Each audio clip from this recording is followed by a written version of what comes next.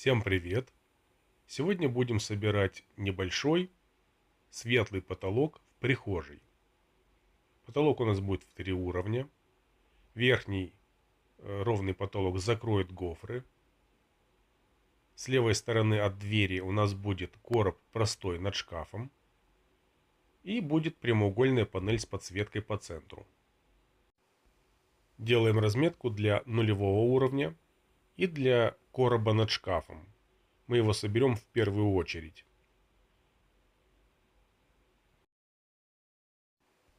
По линии разметки закручиваем направляющие профиля. Собирать мы этот короб будем нашим обычным способом, методом вшитого каркаса. К направляющим профилям прикручиваем полоски гипсокартона с небольшим запасом по высоте 2-3 см. По этим полоскам вровень с нижним периметром отбиваем две линии. Одна снаружи и одна внутри. По внутренней линии закручивается профиль, а наружная линия – это ориентир для саморезов. У нас всегда используется полноценная каркасная система. Но так как это способ вшитого каркаса, то перемычки устанавливаются изнутри короба. Обычные УДшки и ЦДшки на стыках. После установки вертикальных перемычек с лепестками прикручиваем нижний угловой профиль. Гипсокартон он крепится обычными 25-ми саморезами, а к перемычкам саморезами по металлу, также изнутри короба. После этого ставим нижние горизонтальные ЦДшки. С помощью нижних профилей мы выравниваем по вертикали гипсокартонный бортик короба. Обшиваем нижнюю часть короба. И получается, что один элемент потолка у нас готов. Отбиваем по коробу недостающую линию для периметра ровного потолка. Собираем каркас для нулевого уровня.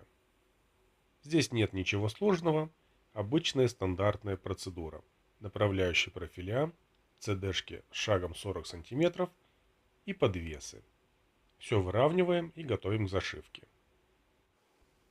Прикрутили гипсокартон, и ровный потолок у нас готов. Это второй элемент из трех. Осталось сделать центральный короб с подсветкой по периметру. Наши мастера зашпаклевали стыки и швы. А мы уже по ровной поверхности сделали разметку для верхнего периметра с необходимыми отступами от стен. Конструкция подсветки у нас немножко нестандартная. Для начала нам нужно собрать обычный короб с бортиками.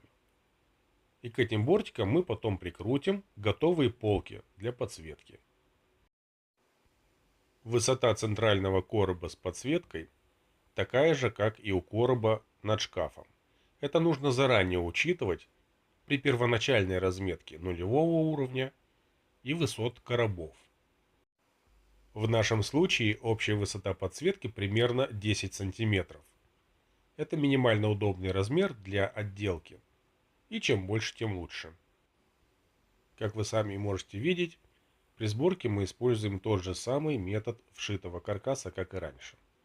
Все закручено на саморезы и держится очень надежно. Очередность сборки самих бортиков может быть разная. Мы сначала собрали длинные стороны, а затем между ними вкрутим короткие торцы. Готово. Для того, чтобы зафиксировать бортики на одинаковом расстоянии друг от друга, мы установили нижние перемычки из ЦДшек. Перемычки расположены так, чтобы встроенные светильники на них не попали. Следующий этап, который очень желательно сделать до установки полок с подсветкой, это первоначальная шпаклевка потолка. Сделать качественно эту же работу после установки полок будет достаточно затруднительно из-за недостатка места. Отделка у нас уже есть, поэтому можно прикручивать полки для подсветки. Эти полки у нас сделаны из ЦДшки.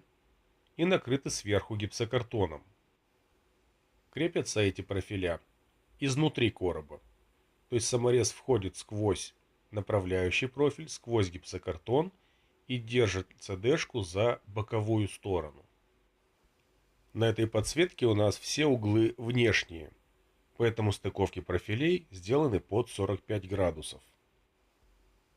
А вот так выглядит полка сверху.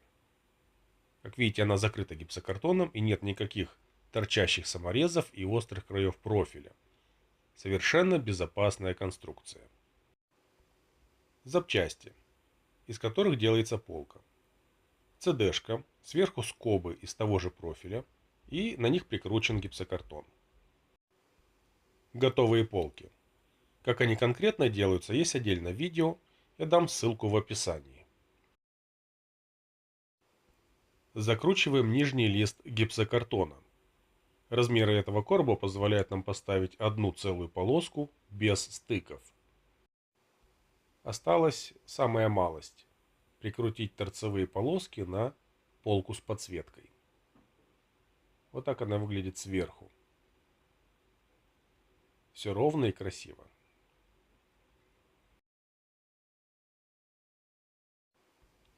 Готово. В смысле, завершились гипсокартонные работы.